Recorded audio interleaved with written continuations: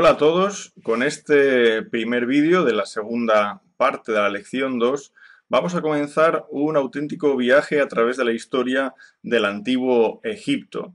Vamos a centrarnos ahora en la época de las pirámides, en los siguientes vídeos que conforman esta lección 2, pero en el primero quisiera realizar también un tratamiento, aunque sea somero, de las estructuras funerarias anteriores a la pirámide escalonada de Necherjet. De este modo veremos un poquitín lo que es la evolución dentro de los tipos arquitectónicos funerarios empleados por los reyes de Egipto.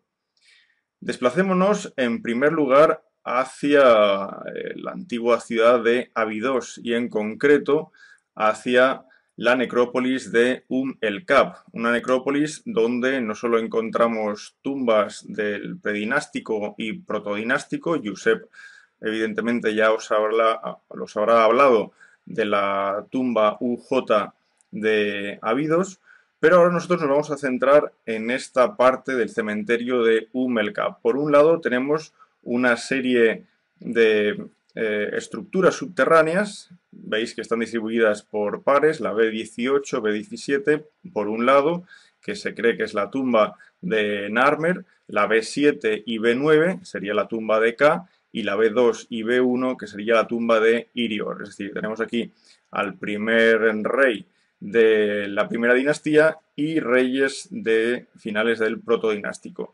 Ahora veamos otra serie de estructuras subterráneas, B19, B15, B10 y las escritas como B13, B14. Hasta este punto son todas estructuras vinculadas a la tumba de Aja, pero más allá de B13, B14 aún encontramos unos 34 pozos que se ha podido verificar son tumbas subsidiarias. La mayoría de estas tumbas contienen hombres enterrados, sacrificados, de edades, en todo caso, inferiores a los 25 años. Y justo la última tumba, la que no forma una hilera de tres, en ella se encontraron restos de leones jóvenes.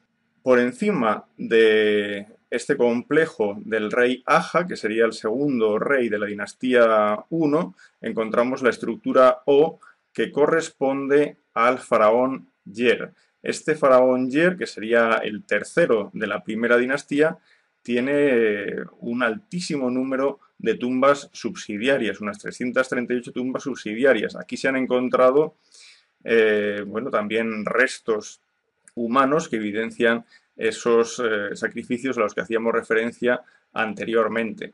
El resto de tumbas de esta necrópolis corresponden todas a la primera dinastía, excepto la señalada aquí como V, que es la de Jasegemuy de la segunda dinastía, último faraón de la segunda dinastía, y la señalada como P, que corresponde al faraón Peribsen, también de finales de la segunda dinastía.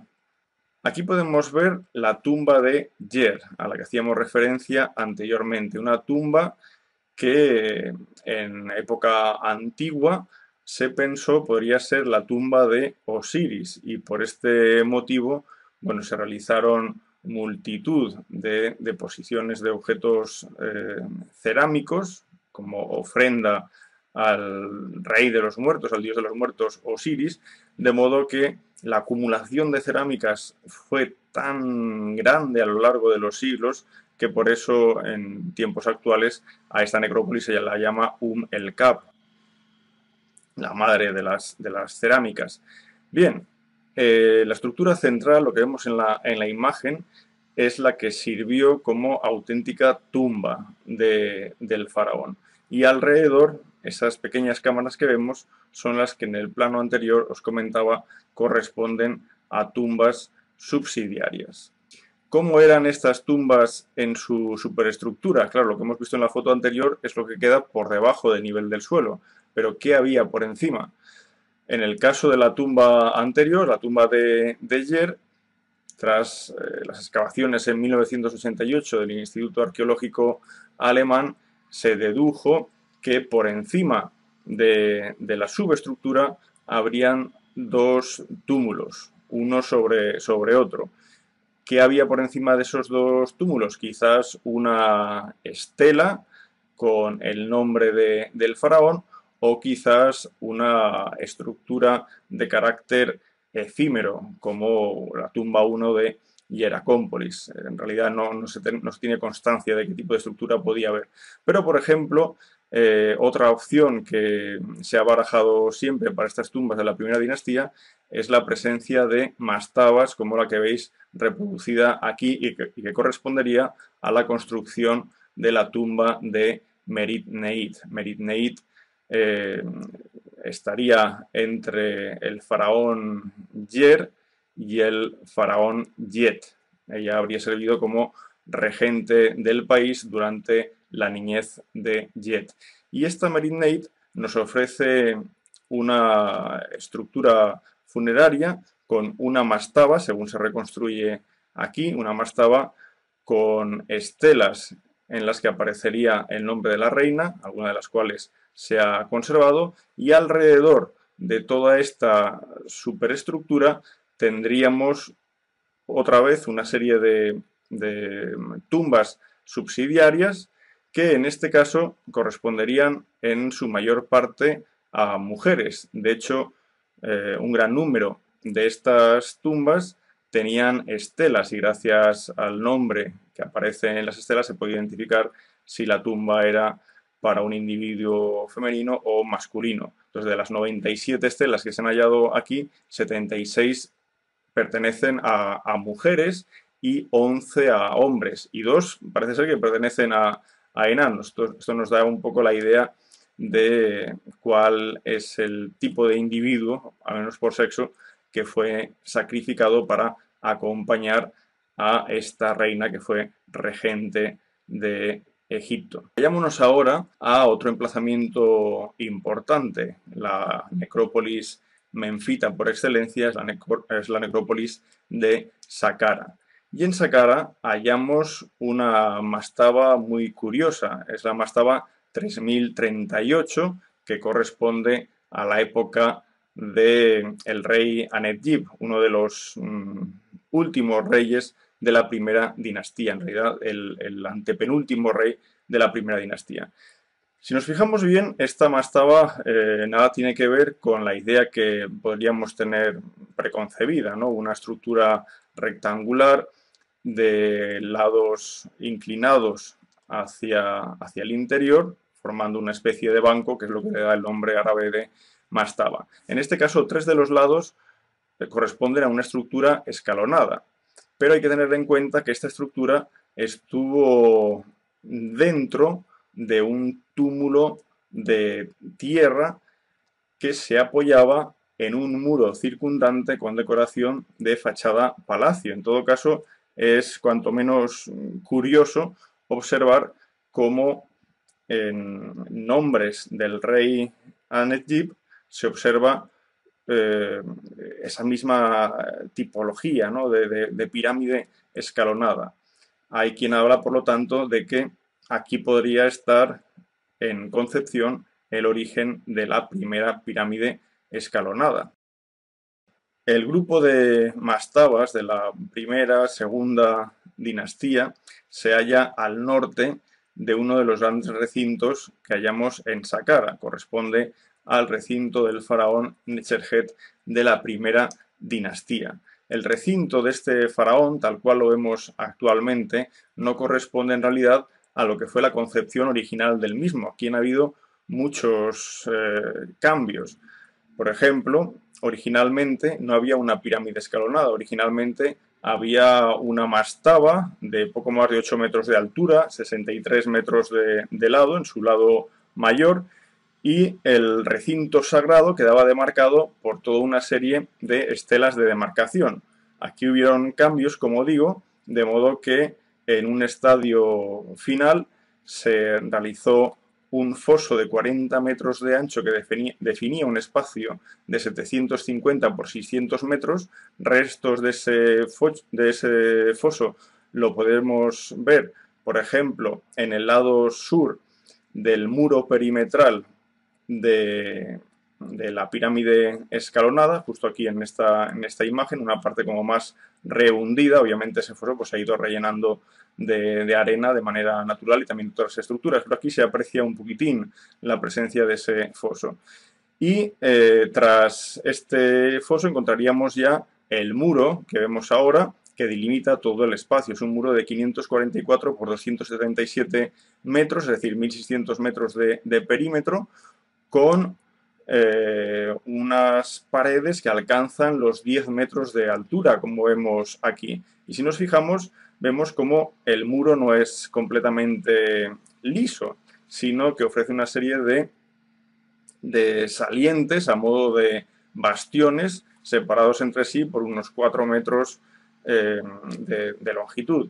Estos bastiones en total se contabilizan en 211 en todo el perímetro y encima de ellos hay un pasillo de ronda, es casi una pequeña fortaleza este recinto. Incluso aparecen 14 entradas, aunque todas ellas son falsas, excepto una, que es la que vemos en la imagen, situada en el lado sureste de este recinto. En los subterráneos de la pirámide, pero también en los de la tumba sur, que tiene el complejo de Necherhet, encontramos algunos relieves y también el uso de plaquetas de fayenza. Esta imagen que vemos ahora es de la tumba sur y vemos al faraón Necherhet corriendo. Esto forma parte de la simbología, de la iconografía asociada al ritual del Heb-Sed. Al fin y al cabo, todo el complejo de Necherhet es una transposición en piedra de ese auténtico teatro efímero que se utilizaba para realizar la festividad del Heb-Sed. Aquí vemos ahora un esquema de cómo evolucionó durante el reinado de Necherhet su estructura funeraria. Aproximadamente se considera que este reinado pudo durar 19 años. Entonces lo que vemos aquí es en primer lugar una mastaba, que es la estructura original del complejo, medía 63 metros de longitud por 8 metros de altura. El M2 nos indica una ampliación de esa primera mastaba, ya llegaría a los 71 metros de longitud, y el M3 una tercera ampliación de esa mastaba que llegaría a tener unos 79 por 70 metros de longitud, pero que no sobrepasaría los 8 metros de altura. Justo esta ampliación llamada M3, la fase 3 de la mastaba, lo que hizo fue cubrir, tapar los 11 pozos que en el lado este tenía la mastaba, 11 pozos dedicados, los primeros, para enterramiento de familiares. Aquí se han hallado, por ejemplo, las improntas de cilindros, sellos de Imhotep, el famoso constructor de la pirámide escalonada de Necherhet, que en época tardía incluso fue vinculado al dios Asclepios y que en Memphis incluso se consideró como un hijo de Ptah y Sekhmet. Pero posteriormente a estas tres mastabas, o a esta mastaba con tres fases constructivas, mejor dicho, hallaremos una primera fase de pirámide escalonada, una pirámide que alcanzó los 4 escalones, 42 metros de altura y 85 metros de lado. Sin embargo, tampoco fue esta la última fase constructiva, aún se realizó una última, que es la que veríamos actualmente si fuéramos a Saqqara, que constituye una pirámide escalonada que alcanza o supera los 60 metros de altura y que en su base tiene unas dimensiones de 109 por 121 metros. Ahora me gustaría haceros referencia a un hecho, y es la vinculación del faraón difunto con las estrellas circumpolares, aquellas a las que los egipcios reconocen como las que no conocen el ocaso, o dicho en egipcio, las Igemu Sekiu. Varios pasajes de los textos de las pirámides nos hablan ya de cuál es el carácter de este tipo de estrellas. Si uno está entre las Igemu Sekiu, nunca perecerá. Los dioses septentrionales se vinculan a las Igemu Sekiu. El cielo septentrional, por otra parte, se vincula a las Igemu Sekiu.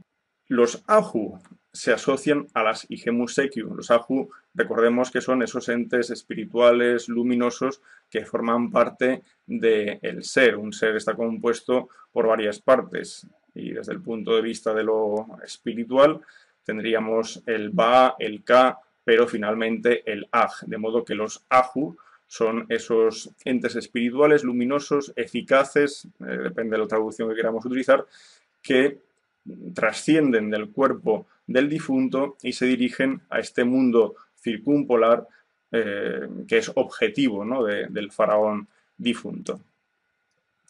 Por esa razón, todas las pirámides en Egipto tienen su entrada en el lado norte. Fijémonos bien, las únicas excepciones se van a producir en la dinastía 12, por razones de seguridad, no por otra razón, porque claro, ya era evidente para los ladrones que la entrada siempre estaba en el lado norte. Esto facilitaba la operación de estos ladrones. En todo caso, fijémonos como siempre coincide lo que os digo, la entrada en el lado norte. La imagen de la izquierda corresponde a la pirámide escalonada de Necherjet, entrada en el norte. La foto de en medio, de arriba, en la parte superior, corresponde a la pirámide roja del faraón Snefru de la cuarta dinastía, entrada en el norte. La de abajo corresponde a la del faraón Teti, primer faraón.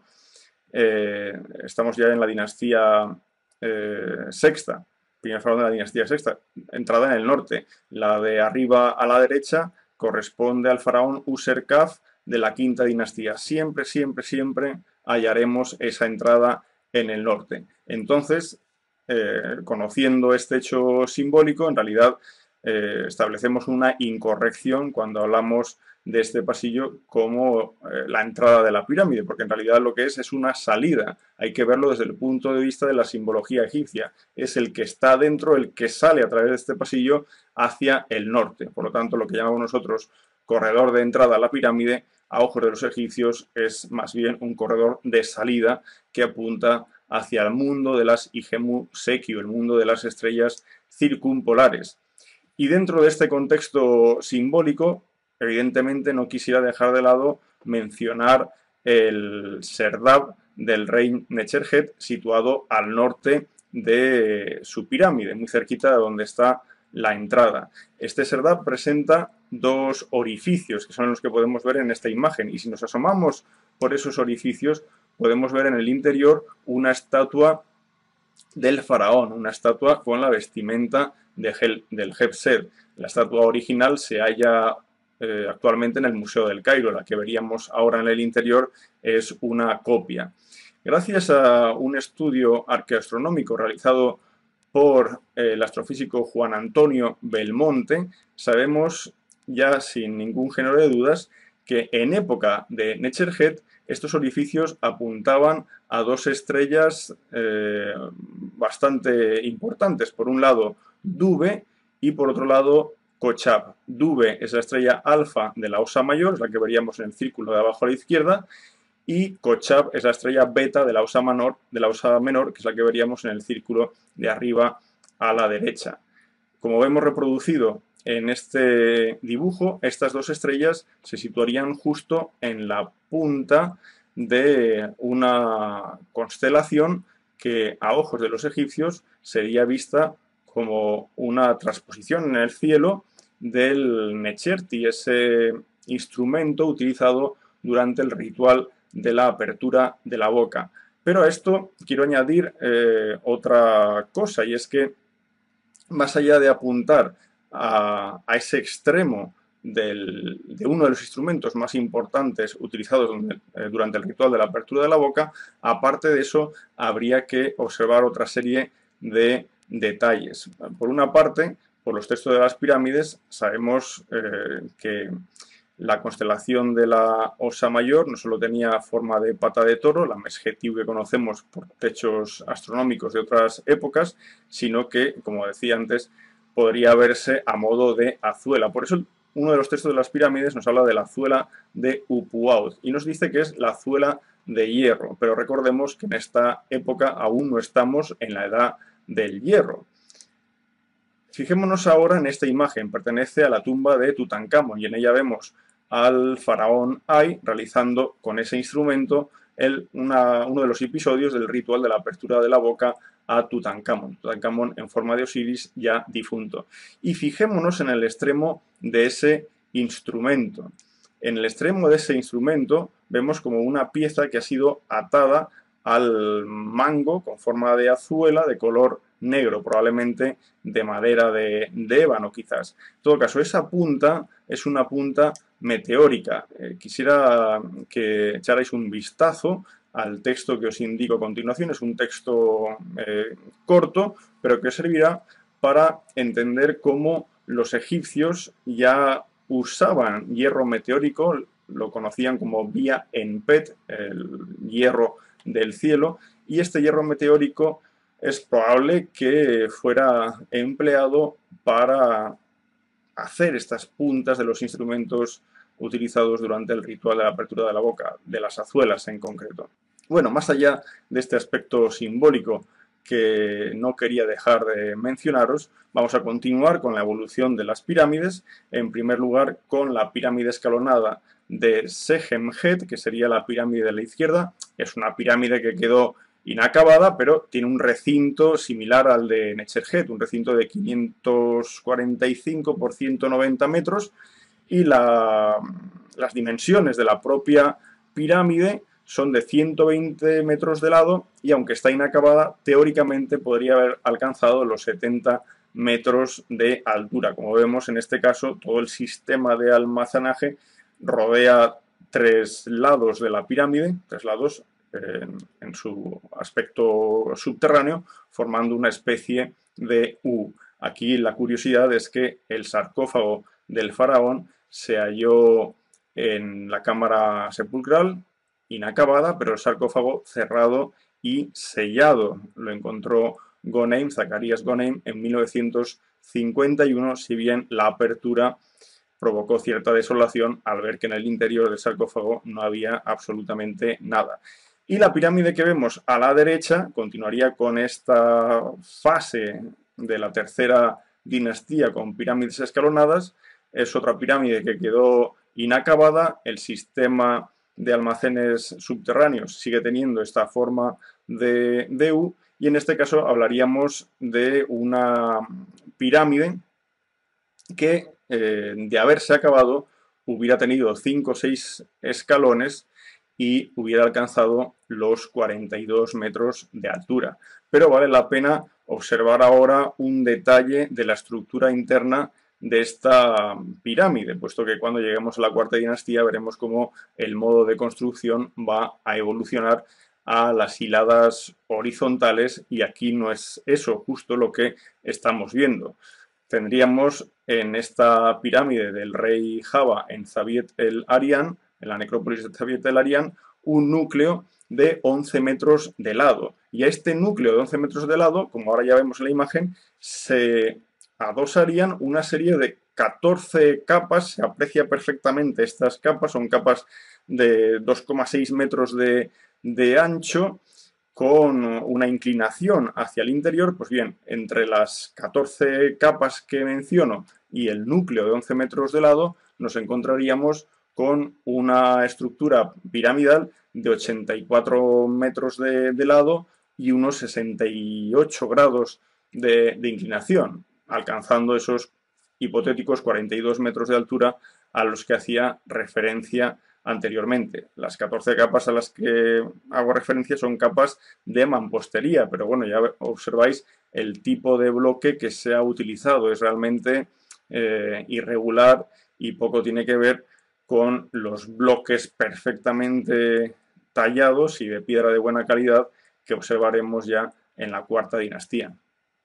Sería recomendable que echarais un vistazo a esta página web de Francesco Raffaele, en la que nos habla de las tres primeras dinastías. Sirve para también tener en cuenta lo que es el proceso histórico de esta fase antigua de la historia de Egipto, dado que nosotros estamos hablando más bien de las estructuras funerarias y no de la historia.